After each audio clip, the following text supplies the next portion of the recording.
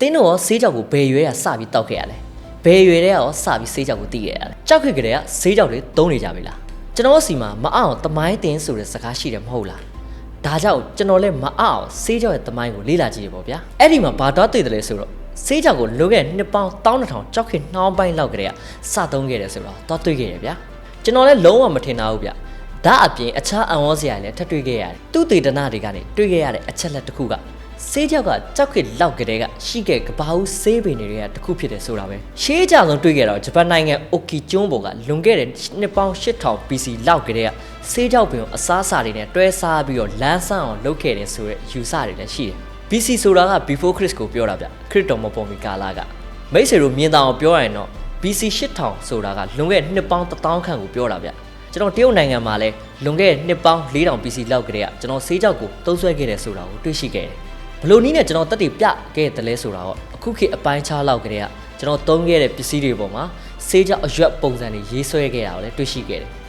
ဒါအပြင်တရုတ်တွေကဗျာဒီဆေးကြောက်အပင်ကိုအဝတ်ထဲလှုပ်ဖို့ကျိုးလှုပ်ဖို့ဆေးကြောက်ကိုစာရွက်လှုပ်ဖို့အထိစူးစမ်းခဲ့ရလဲတွေ့ရရတယ်ဒါတွေကကျွန်တော်ရှာတဲ့အချက်လက်တွေပေါ့ဗျာဒါပေမဲ့ကန့်သက်ပြီးတော့စဉ်းစားကျင်တပတ်ဆိုရင်တော့ဗျာသူတို့ဆွဲထားတဲ့အပင်တွေကဆေးကြောက်ပင်မဟုတ်ဘဲနဲ့အခြားအပင်တွေဖြစ်နိုင်တယ်လို့လည်းတွေးလို့ရရဗျာကဲလုံးဝညင်းလို့မရတဲ့တက်တွေတစ်ခုတော့ရှိတယ်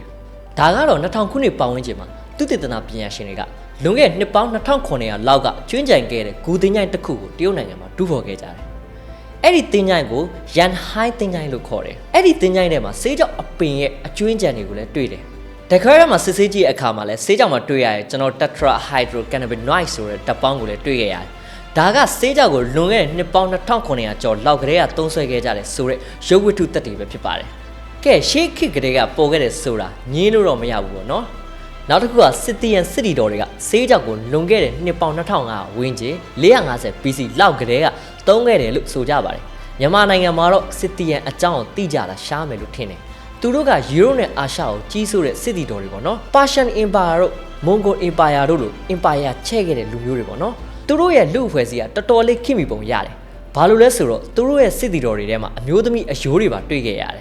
်ဒါကအဲ့ဒီခေတ်ကလေးကအမျိုးသမီးတွေပါယောက်ျားတွေနဲ့ဒန်းတူစစ်ဝင်တိုက်ခဲ့တယ်လို့အတိတ်ပဲရတယ်ဗ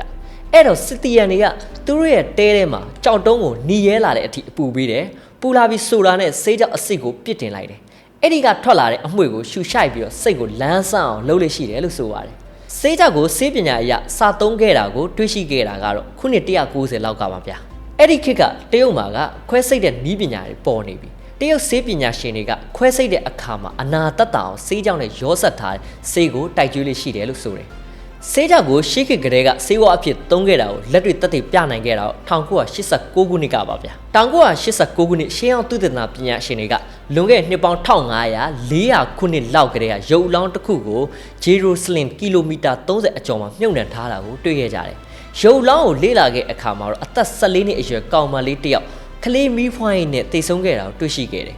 သူ့ရဲ့ဗိုက်ထဲမှာကဆေးကြောက်ရဲ့ THC အကျွင်းကြံတွေရှိတယ်ဆိုတာကိုတွေ့ရှိခဲ့တယ်ကလေးမီးဖွားနေတဲ့အချိန်မှာနာကျင်မှုတက်တောင်အောင်လို့ဆေးကြောက်ကိုဆေးဝါးဖြစ်သုံးစွဲခဲ့တယ်လို့ပညာရှင်တွေကယူဆခဲ့ကြတယ်။လွန်ခဲ့တဲ့နှစ်ပေါင်း1000လောက်တုန်းကလည်းဆေးကြောက်ကိုနေရာအစုံမှာသုံးခဲ့တာကိုတွေ့ကြရပြန်တယ်။ဥရောပမှာတော့ဗျာဒီဆေးကြောက်ကိုချီမြင်အဖြစ်ထုတ်ဖို့အတွက်စသုံးခဲ့တယ်လို့ဆိုတယ်။နောက်ပိုင်းမှာတော့ဗျာဆေးဝါးအဖြစ်သုံးလာခဲ့ကြတာဖြစ်တယ်။ဘယ်သမိုင်းပဲကြည့်ကြည့်ဆေးကြောက်ကအာရှကနေစတင်ပေါ်ပေါက်လာတယ်ဆိုတဲ့မှတ်တမ်းကပြနေရဗျ။ဂျပန်တရုတ်အဲ့ဒီမှာအဓိကတွေ့ကြတာပေါ့နော်။ကျွန်တော်တို့မိတ်ဆွေတို့လည်းဆေးကြောက်စိုက်ပျိုးရင်းနဲ့ရင်းနှီးနေတော့လဲသိလိမ့်မယ်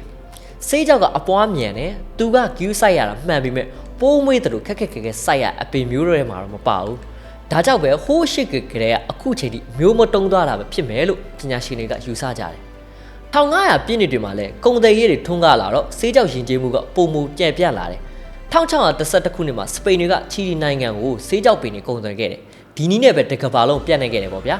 ကဲဒါကတော့ဆေးကြောက်ရဲ့ရှေလီယာရဲ့တမိုင်းအကြောင်းပဲဖြစ်ပါတယ်ဒီချက်ကိုကြည့်မယ်ဆိုရင်တော့ဆေးကြောက်ကကဘာဦးဆေးပင်လို့ခေါ်လို့ရတဲ့အထိရှေးကြခဲ့တာကိုမြင်နိုင်မှာပါနောက်ထပ်စိတ်ဝင်စားစရာကောင်းဖို့အကြောင်းအရာတွေလည်းတင်ဆက်ပေးတော့မှာပါတင်းတို့ရောဘယ်အရွယ်တွေကဆေးကြောက်ကိုစပြီးတောက်ခဲ့လဲဆိုတာကိုလည်း comment box မှာတစ်ချက်လောက်လည်းဝင်ရေးပေးပါအောင်အားလုံးကျေးဇူးတင်ပါတယ်ခင်ဗျ